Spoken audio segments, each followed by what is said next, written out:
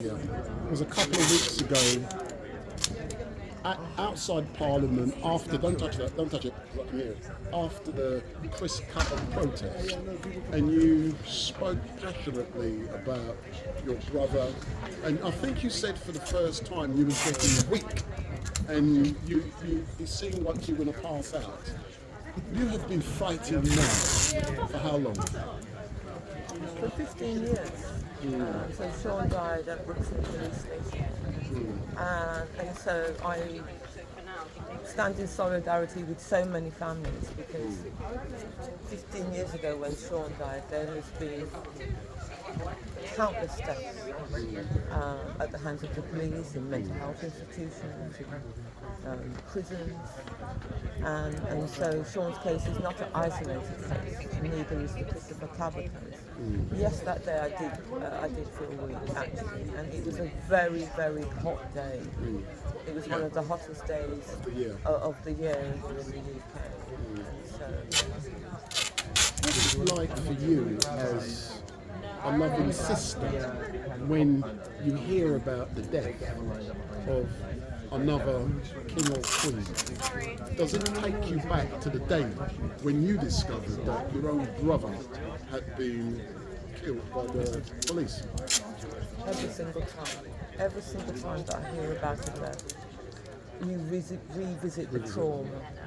And so the trauma is indefinite for all families. This is something that's been happening in the United Kingdom for decades and decades. And so our community is indefinitely traumatized about the issues of the police and brutality, stop and search, strip searches. You know, it's voluminous and there's never any accountability.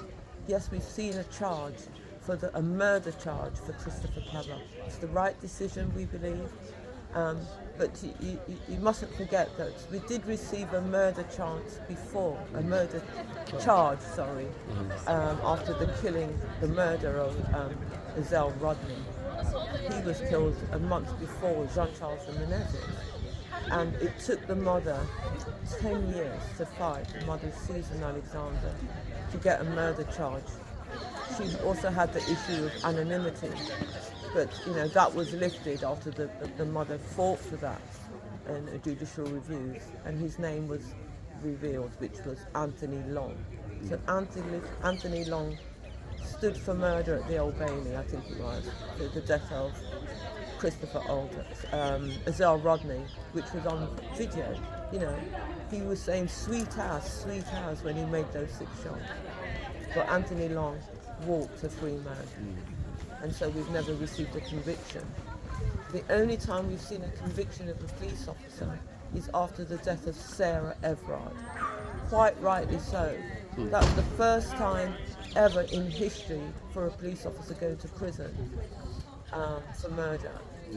Sarah Everard was a white woman, but we remember people like Joy Gardner that was murdered 30 years ago. It did go for a trial. I think it was a manslaughter trial. The officers were acquitted, and 30 years later, the beautiful mother of Joy Gardner, Myrna Simpson, has never received an inquest into her death. We did see another officer go to prison following the death of Dalian Atkinson in Birmingham, where an officer's footprint was embedded in his head, so he'd kicked him in the head. He went to prison for manslaughter. That's the first time any officer's been to prison for killing a black man. But he only got 8 years for manslaughter, and no doubt he will be out soon. So we've never had a charge of any officer going to prison for murder for killing one of our loved ones. Only Sarah.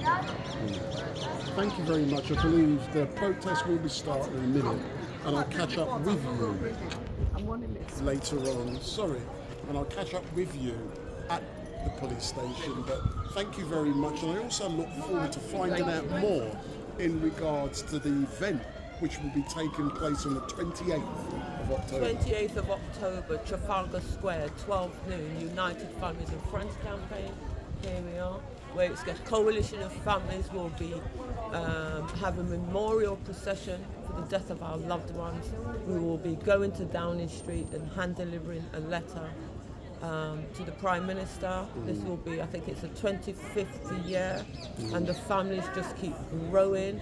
And so we really want to lock down Whitehall and Trafalgar Square this year. I will tell you again when we get to the station. Thank you very much. Thank you.